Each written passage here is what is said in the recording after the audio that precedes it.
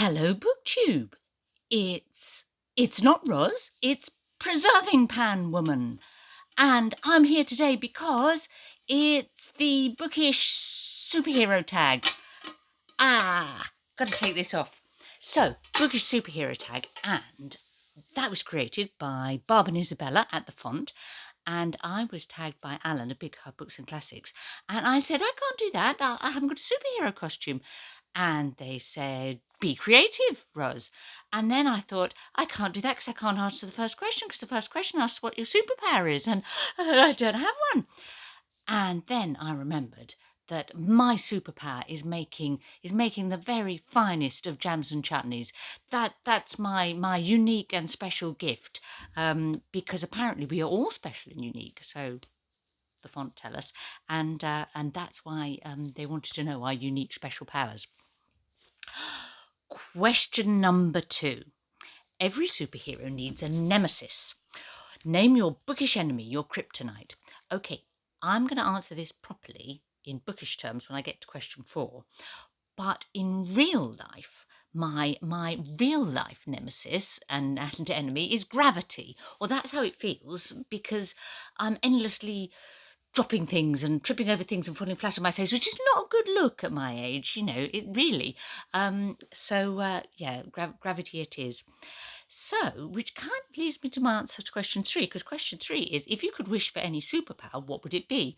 Okay, the superpower that I would wish for is to have the degree of coordination and proprioception, knowing where your body is in space, that the average person in the street has. Because if I had that, it would feel to me like a superpower for sure. I could do anything, I think. It wouldn't have taken me, I don't know, about a decade to learn to drive, for example. And I'd be able to fly around on a bicycle confidently and all of those things. And I wouldn't fall over so much and drop things so much. So, question number 4 is, by day you are mild-mannered Clark Kent. What do you do when you aren't being a bookish superhero? I think what this question means is, what are you in your real life?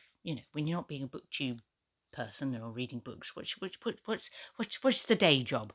Okay, and my day job actually, which I love dearly, although it wears me out sometimes and keeps me rather busy, is I manage a charity, not a big one, a smallish charity, and we're like it was set up by parent carers to support children and young people, disabled children and young people, and their carers and their families. So yeah, that's what I do. Now, it would be tempting at this point, if I were a different kind of person, okay, to sort of move into something a bit slushy about how, of course, the families of disabled children and disabled children themselves are life's real superheroes. And yeah, no, I'm not going to do that, because actually I hate that. I hate the sort of, every disabled person in a novel has to be like either a hero, or a villain. They can never just be another character in the story. I find that really frustrating, because the reality of life, if you're disabled, you have a disabled child, is, sometimes it's great and sometimes it's just, your normal life, and sometimes it's a bit shitty. But it's all part of kind of life's rush pattern. So this brings me to my bookish nemesis, or bookish enemy, the thing that really kind of gets my goat when I come across it in a book. And that is, the way disabled characters are used in books. And if you go back in time,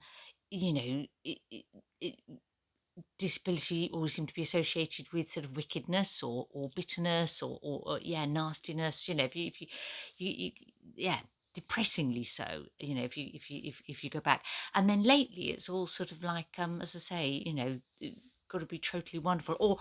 Or the most infuriating thing is autistic characters, where anyone who's autistic just has to have a special power, which I guess links into this this tag, doesn't it? You know, it's like, well, no, not everyone who's autistic also has sort of some sort of superpower. You know, they're just people. We're just people. Everyone's just people.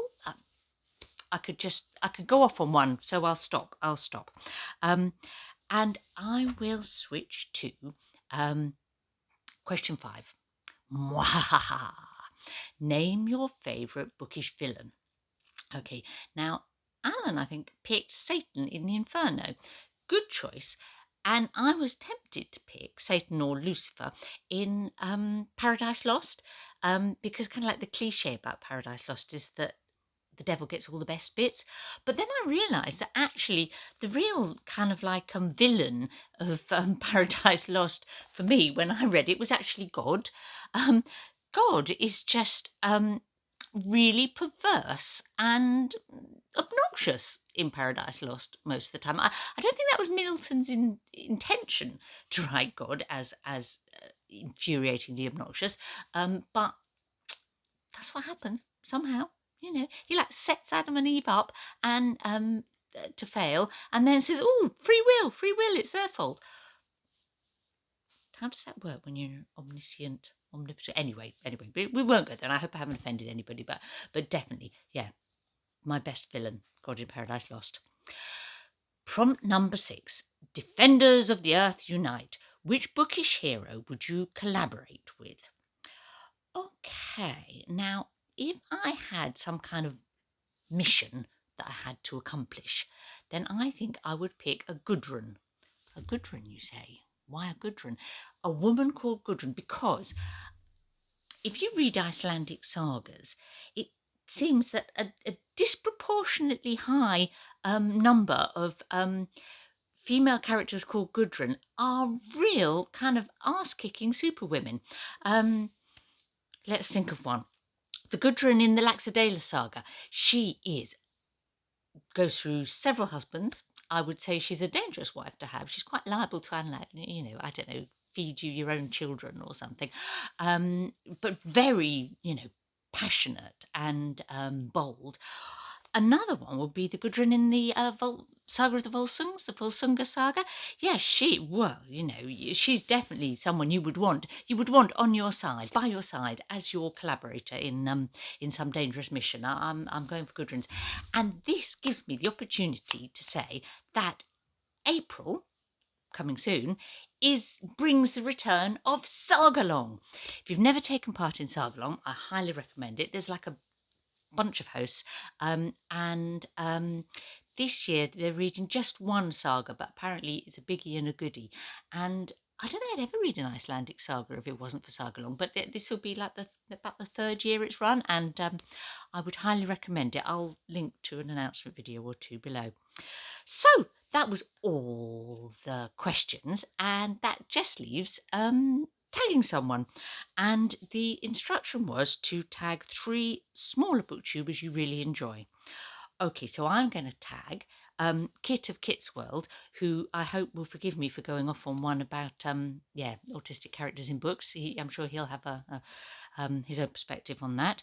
Katja Weinart, who I'm really enjoying at the moment. Bethan Brunninger Scholar. Apologies if I got your surname wrong. I've never actually heard you say your surname. Lovely small channel that I'm really enjoying. And then I'm going to cheat, and I'm going to add another, because I'm going to say Tom of Tom LA Books, partly because he's in my mind because of the Inferno, but most particularly because he's a bit of a graphic novel hero himself, and so I think he'll have a completely different take on this tag to me. And finally, Tilly of Tilly's Shelf, because she got me into Sagalong. So, and they're all small booktubers, so that's fair enough. Happy day, everyone.